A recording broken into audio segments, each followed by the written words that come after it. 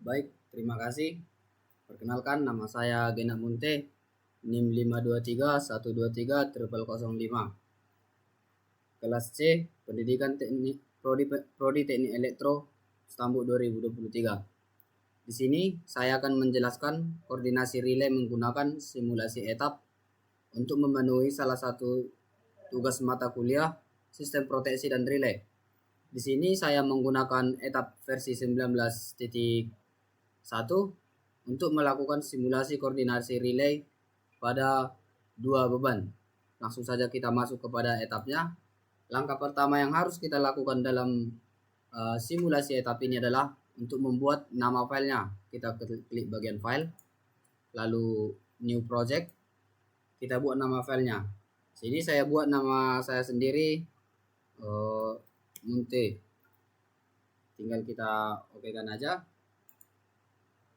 Ini okekan juga.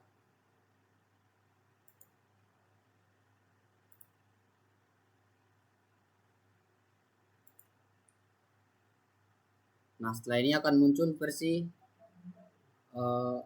rangkaian yang baru. Di sini saya ingin menggunakan sebuah sistem proteksi sederhana untuk memproteksi dari trafo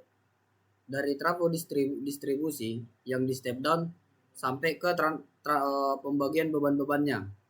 Nah, di sini langkah pertama yang kita buat adalah kita menggunakan power grid-nya. Power grid atau bisa disebut dengan sumber tegangannya atau pembangkitnya. Di sini saya menggunakan power grid. Kita masukkan di saja. Lalu saya ingin dari power grid itu masuk ke trafo lalu di step down. Kita ambil trafo. Nah, ketika kita akan menghubungkan trafo ke power grid ini akan otomatis terjadi bus. Tetapi kita akan lewatkan dulu. Kita ambil bus untuk pembagian feedernya. Oke, untuk memanjangkan feedernya, klik busnya ini sampai merah, lalu tunggu dia sampai ada tanda panah, panjangkan.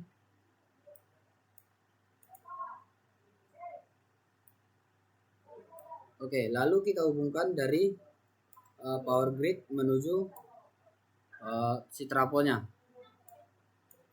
Sini kita hubungkan seperti yang bilang saya tadi, langsung ada busnya. Sini kita panjangkan untuk busnya, penanjanya klik kanan, pilih bus node, lalu buat ini supaya dia terlihat busnya berapa gitu, nampak dia letak busnya di mana gitu.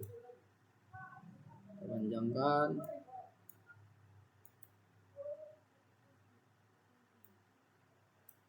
Oke, lalu kita hubungkan ke feedernya. Nah, di sini saya ingin menggunakan dua beban, tetapi saya akan menganalisis proteksinya satu beban saja. Yang pertama yang saya gunakan beban adalah low load atau beban yang bersifat tidak terlalu besar. Nah, yang pertama saya butuh trafo untuk step down-nya lagi. Lalu saya akan buat bebannya low load. Lalu saya akan buat untuk jalur beban yang kedua dan beban yang kedua. Nah, kita hubung-hubungkan saja seperti yang kita buat tadi. Ketika dari trafo menuju ke beban dia sudah pasti ada ininya, busnya. Klik kanan untuk menandakan busnya.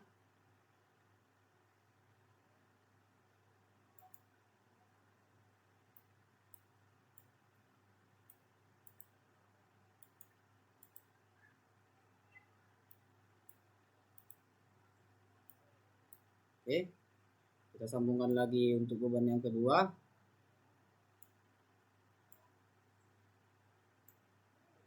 Kita perbaiki juga busnya ini.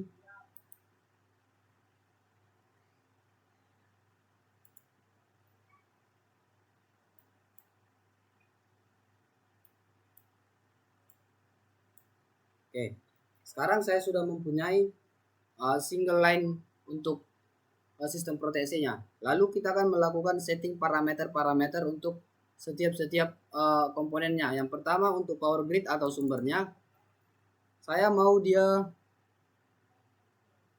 berada kita untuk settingnya kita buat di rating.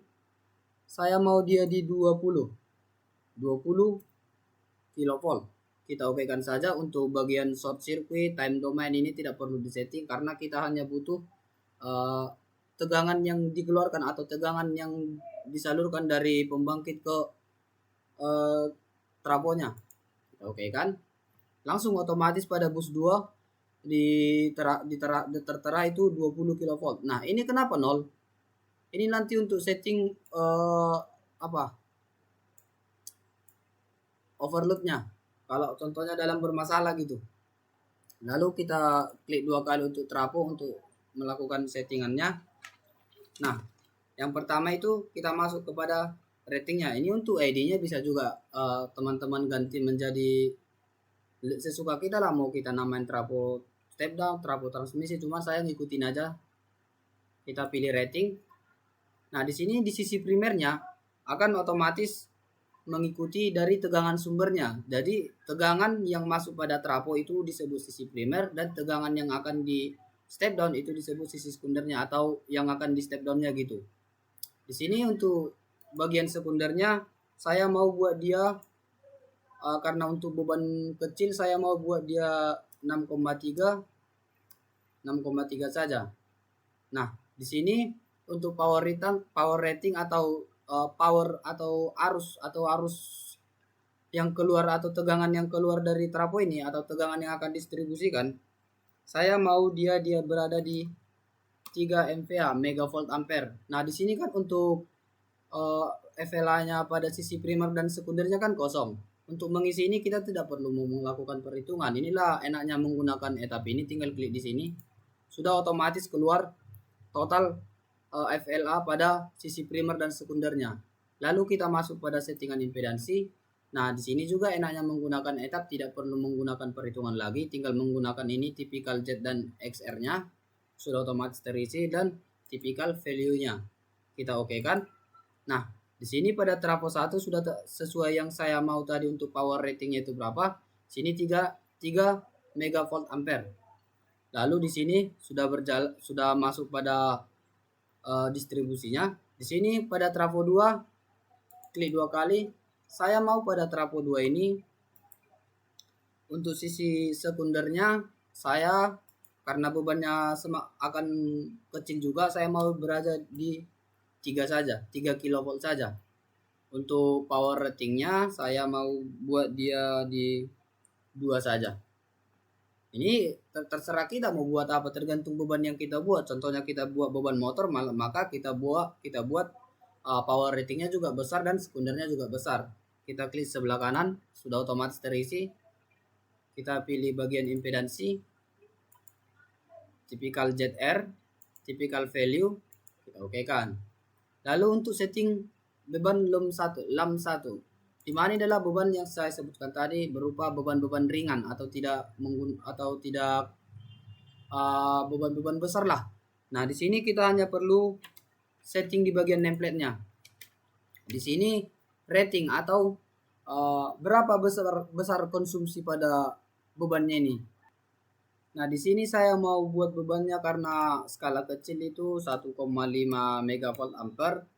Kita klik saja di bagian kosongnya. Nah, di sini kan untuk cosp-nya masih 85, kita perbaiki jadi 95, kita klik lagi dan akan berubah untuk megawattnya dan megavolt ampere VR-nya dan di cosp 95%. Nah, ini di sini kita hanya mengisi ini saja, lalu kita okekan. Lalu kita setting pada trafo distribusi pada ketiga seperti yang kita lakukan tadi. Kita pilih bagian ratingnya. Di sini tadi saya sudah membuat sebesar 3 volt untuk arus sisi sekundernya. Sekarang saya mau 2. Dan untuk power ratingnya saya mau buat juga dia 2 lah. Nah, kita pencet, oke, sudah keluar.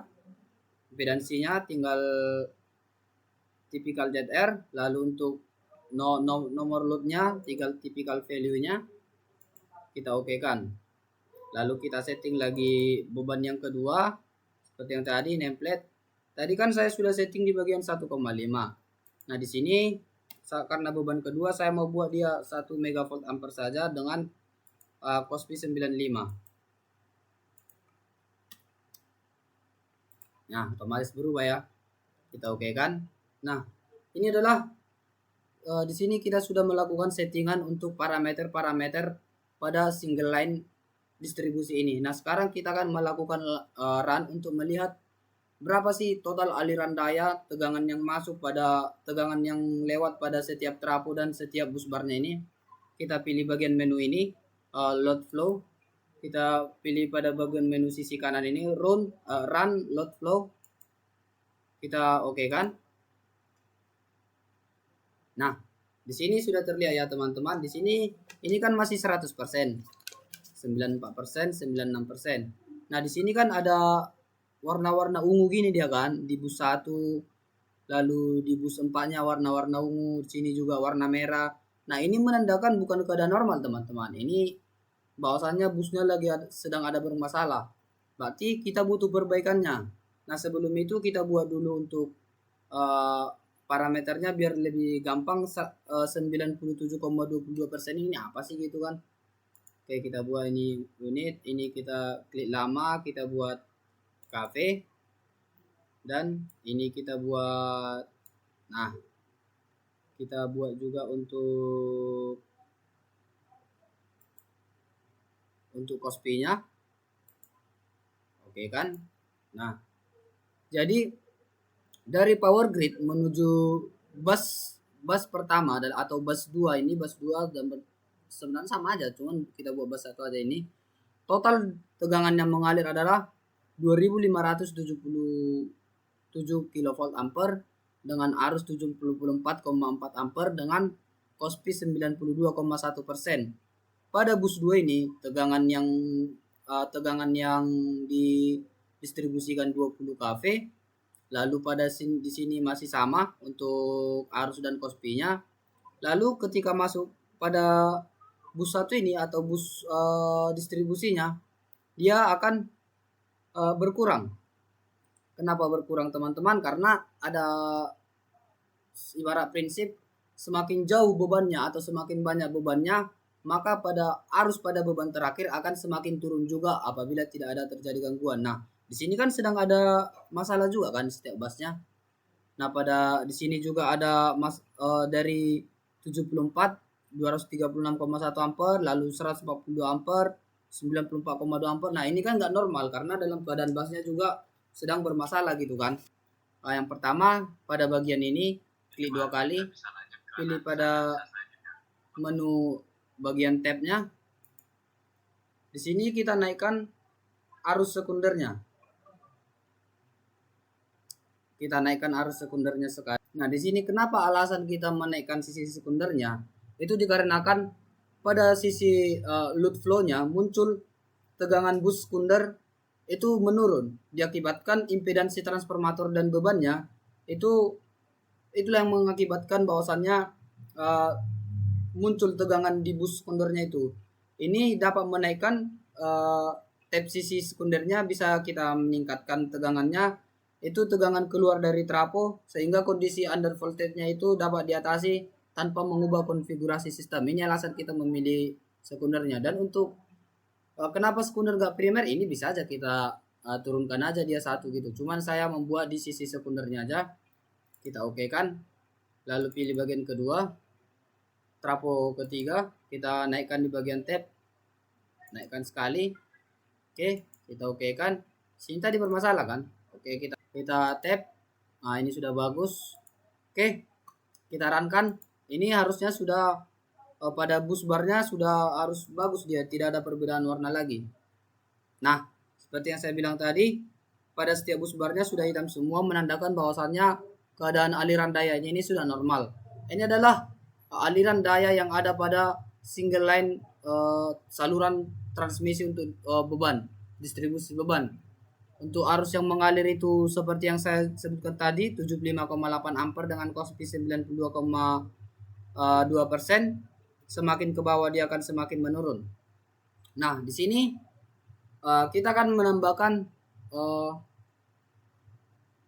masalah atau gangguan pada sistem busbar ini untuk melihat arus gangguan pada setiap busbar. Kita buat dulu, kita buat ini, tanda ini adalah untuk membuat bahwasanya short circuit. Kita klik 2 kali, klik kanan 2 kali, sekali pun bisa, pilih volt, lalu bus 1 pilih volt juga, sini juga kita pilih volt.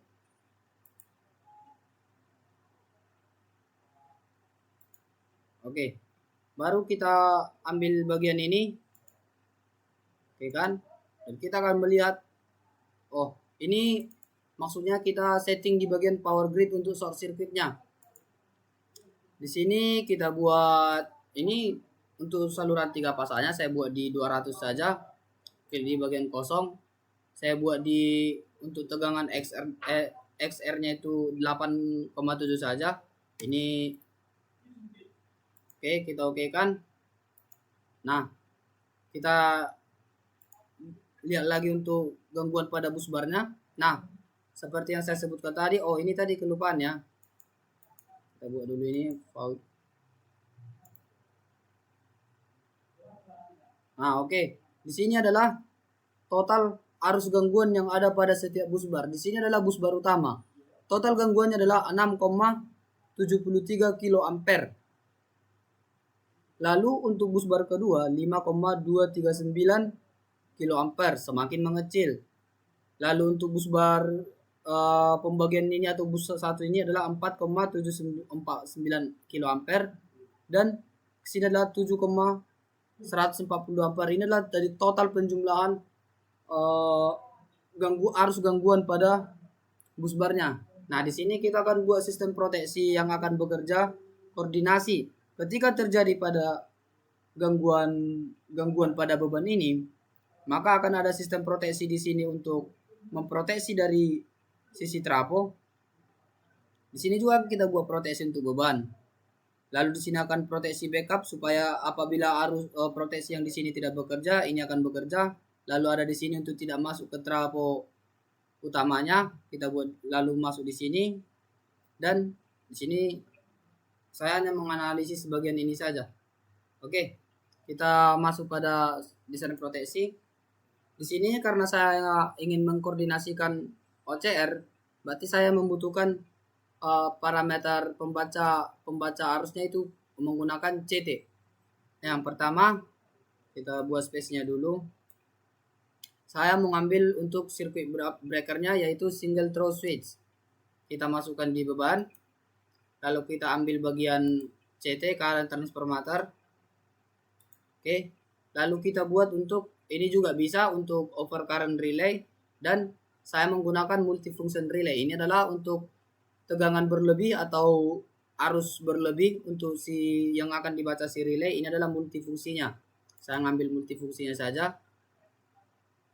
Oke. Kita hubungkan kepada si CT-nya. Nah, ini sudah terhubung. Nah, ini saya mau buat di bagian setelah trafo ini lagi. Saya ambil untuk MCB-nya, circuit breaker-nya, saya buat di sini.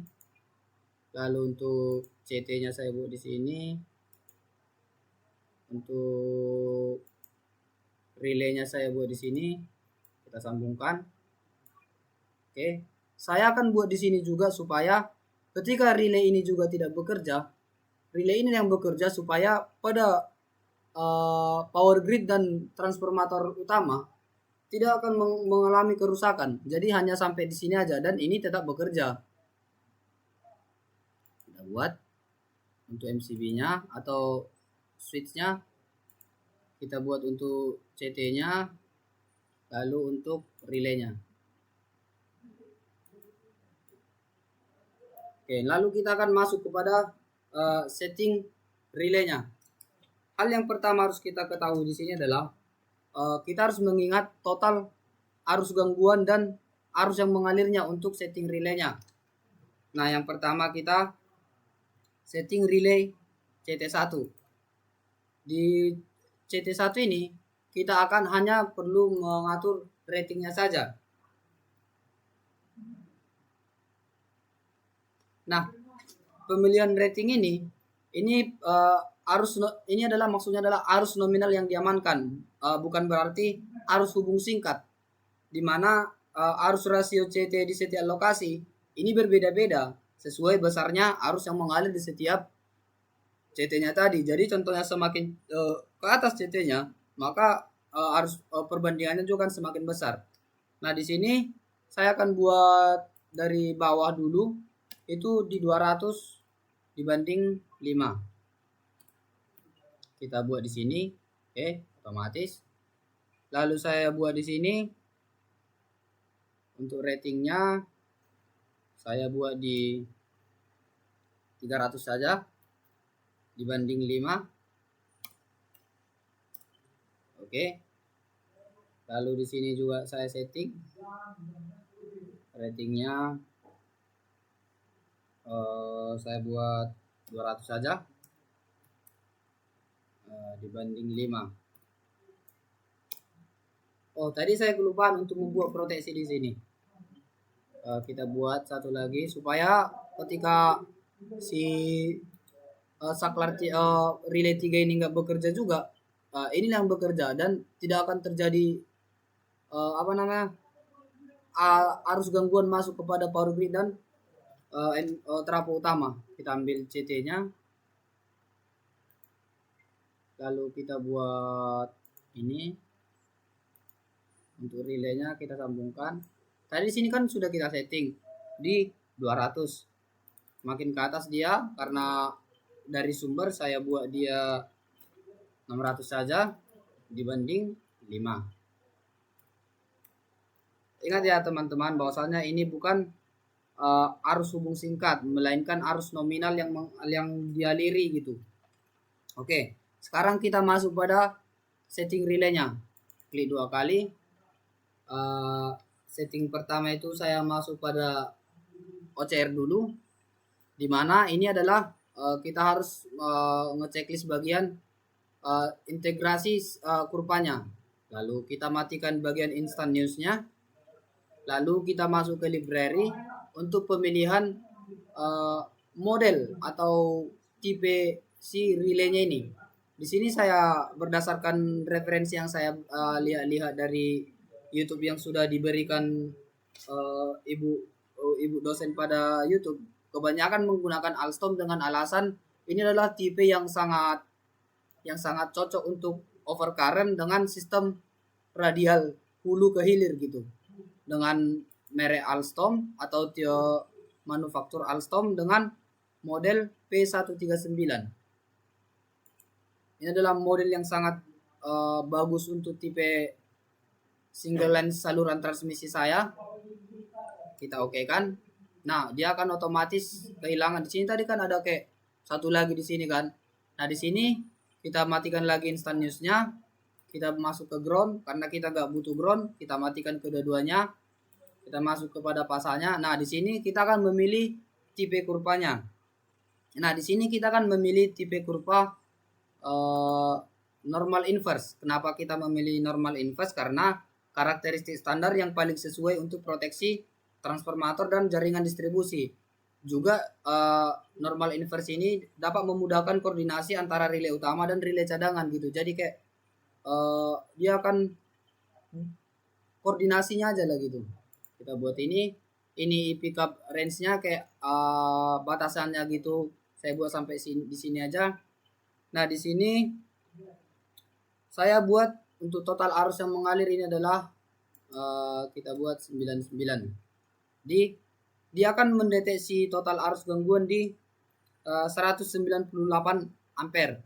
Untuk time dialnya atau time settingnya saya buat ini sebenarnya kita menyesuaikan berdasarkan e-pickupnya aja. Saya buat di 0,224. Untuk dia adalah yang akan menyala pertama kali gitu, apabila gangguan pada beban. Oke, selesai untuk yang pertama, lalu kita buat yang kedua. Di sini sama seperti tadi, kita masuk ke library dulu, pilih model Alstom. Untuk model P139 kita okekan. Kita checklist integrasi kurvanya, kita matikan instant newsnya, lalu groundnya karena kita tidak pakai, sama aja kayak yang sebelumnya, kita milih normal inverse, kita lakukan ini juga. Nah, di sini kan tadi 99 kan, dimana total arusnya adalah 198. Sini akan otomatis berubah, akan saya buat lebih kecil, tapi ampernya akan lebih besar. Kenapa? Karena arus untuk proteksinya akan semakin ke atas. Kalau saya bilang tadi semakin ke bawah arusnya akan melemah, ini akan semakin ke atas akan meningkat gitu. Saya buat 1. Nah, 300 ampere kan. Saya buat tadi 0,99, 100 sekian ampere. Oke, kita buat setting timernya. Tadi saya buat di 224, di sini saya naikkan supaya dia agak lebih lama gitu kan. Agak berdelay biar gak bersamaan timernya, saya buat di 0,229. Oke, ini sudah selesai, kita oke kan. Lalu kita buat setting ini, kita masuk pada OCR-nya. Masuk ke library, pilih model apa tipe Alstom dengan model P139 dengan model yang paling akurat untuk rasio ini. Matikan instant newsnya, lalu kita kan nggak pakai ground, kita matikan juga. Kita pilih tipe kurvanya sama seperti tadi, ini sama aja seperti tadi. Di sini kita akan bedakan setiap relaynya. Tadi saya setting di bagian 1 dengan total ampernya di 300. Sekarang saya buat juga 1 dengan ampere berbeda. Tadi 300, sekarang di 200. Kita buat untuk time dialnya tadi 229, saya buat sekarang di 325, 0,325. Biar tidak terlalu cepat antara koordinasi ini dan ini gitu. Lalu kita setting pada proteksi utamanya. OCR-nya kita pilih Alstom P139. Oke. Kita lakukan seperti tadi. Masuk ke fase. Tadi saya buat di sini 0,1 dengan di 200 ampere. Sekarang saya mau buat 1 juga dengan ampere berbeda, 600 karena makin ke atas. Lalu kita buat di sini. Nah ampernya juga sesuai perbandingan dari saya yang buat tadi 200 berbanding berapa, 600 berbanding 5 gitu yang di setting CT-nya juga itu berhubungan juga ya. Di sini saya tadi di 3,25. Saya buat dia agak lebih kecil supaya dia lebih responsif aja. 0,225. Oke. Nah, untuk e-pickup dan untuk timernya ini sudah saya setting. Sekarang kita akan setting koordinasi relay-relay mana saja yang akan bekerja apabila kita berikan gangguan di tiap-tiap bebannya. Yang pertama relay 1. Kita masuk kepada bagian output. Kita tinggal menu add aja, sudah otomatis. Ini juga kita menu add. Ini kita milih tipe device atau device merek device yang akan kita mau atau tipenya. Di sini kita akan milih SPST supaya dia koordinasi. Kalau contohnya kita milih HVCB, dia akan melakukan pemutusan langsung aja gitu. Jadi kalau contohnya dari relay 1 udah di beban 1 dimasukkan, relay 1 ya tetap relay 1, koordinasi tidak ada gitu kan. Masuk kita ke PST. Untuk yang bekerja saya mau di SW1 atau saklar 1, tinggal oke kan. Kita masuk ke output, tinggal menu add, pilih tipe device-nya. Saya mau ini yang bekerja adalah saklar 2-nya relay 2-nya. Oke, kita setting juga ini seperti tadi. Sini saya mau dia yang bekerja adalah bagi saklar 3-nya.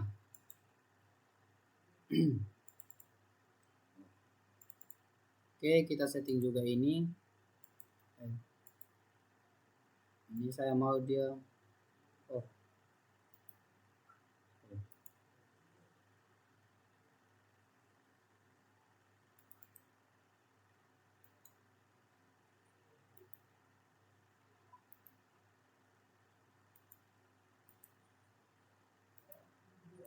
Oke. Nah, sekarang kita akan mencoba koordinasi relaynya. Apakah relay ini akan berfungsi dan melakukan koordinasi antara ini, relay 1, 2, 3, dan ini tidak akan trip karena bebannya di sini. Kita masuk pada menu ini, proteksi. Kita pilih menu petir-petir yang merah ini. Saya akan buat beban di beban 1 dulu. Kita akan lihat, kita okekan saja.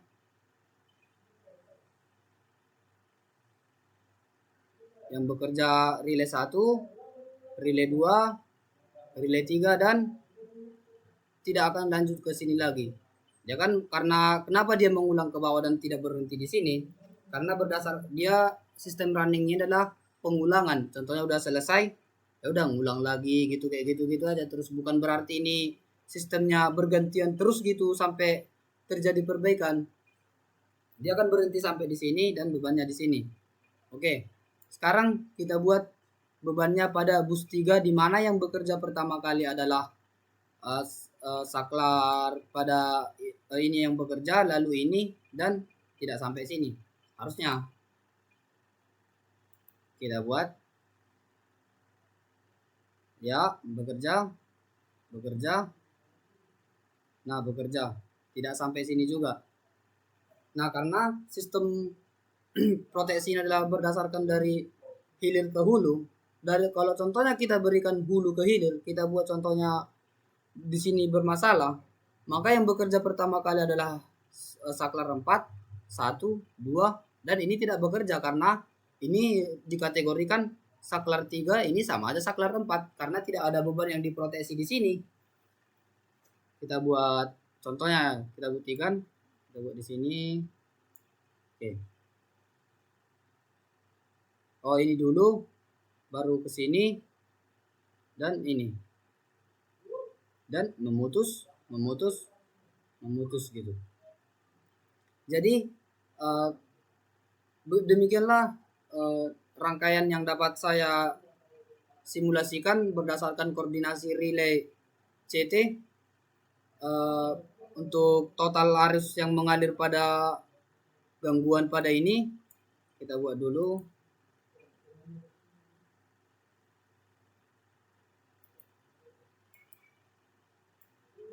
Kita buat di sini arus gangguan yang mengalir. Ketika kita buat gangguan di pada beban 1, tegangannya pada bus 3 akan mati karena sedang bergangguan, dan si bus 3 juga akan, si MCB di bus sebelum bus 3 juga memutus.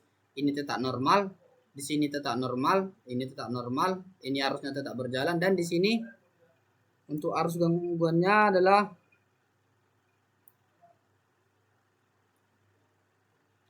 1,659651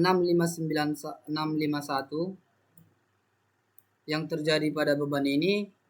Pada bus 3 adalah 3,59 ampere dan tidak ada lagi setelah ini. Contohnya kita buat pada beban bus 3.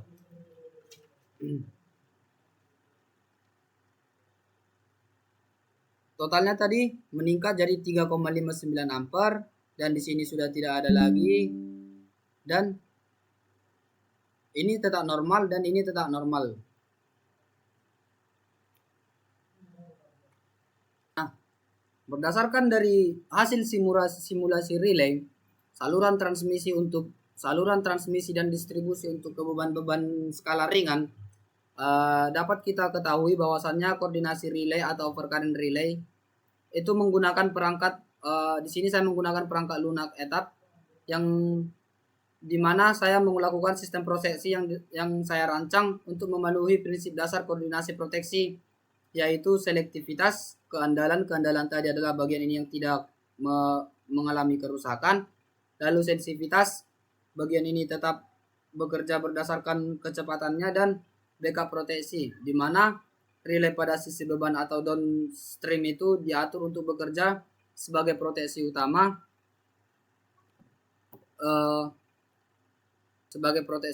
atau primer proteksi, dan sedangkan pada relay sisi transformer atau upstreamnya itu berfungsi sebagai proteksi cadangan atau backup protection. Dengan pengaturan ini, Gangguan yang terjadi pada salah satu feeder dapat diisolasi oleh relay terdekat terlebih dahulu sehingga transformator daya tetap terlindungi dari pengaruh arus gangguan yang berasal dari sisi beban.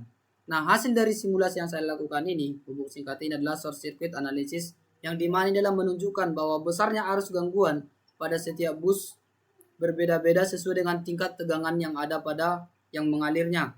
Nah, di mana impedansi sistemnya ini kapasitas transformator dan lokasi gangguannya berdasarkan yang ketiga tadi. Nah, oleh karena ini, setiap relay memerlukan pengaturan parameter yang berbeda, baik dari sisi rasio CT-nya atau current transformatornya dan nilai pickup current atau arus pickup-nya dan time multiplier setting atau TMS-nya supaya karakteristik operasi relay tetap selektif dan tidak terjadi trip secara bersamaan, di mana penggunaan rasio CT yang berbeda pada setiap titik proteksi itu dia akan menunjukkan bahwasannya pemilihan CT telah disesuaikan dengan arus nominal peralatan yang diamankan sehingga relay mampu bekerja secara akurat tanpa mengalami saturasi pada kondisi operasi normal. Nah, berdasarkan ini kita dapat memperoleh kurvanya. Untuk kurvanya kita blok dulu ini, kita tarik dulu ini. Oke. Kita lakukan blok, kita kontrol dan oke. Lalu kita pilih menu ini. Nah, di sini kan untuk kurvanya pada bagian ini kan dia masih berpotongan, yang dimana pada standar inversi itu dia tidak boleh berpotongan kan. Nah, di sini kita akan melakukan perbaikannya. Kita klik 2 kali, kita buat dia instantaneous. Oke, di sini kan dia sudah tidak berpotongan, namun kita lebih perbaiki lagi. Kita klik 2 kali juga dia. Kita memilih dia instantaneous karena untuk tipe kurvanya tadi kita memakai instantaneous juga. Kita buat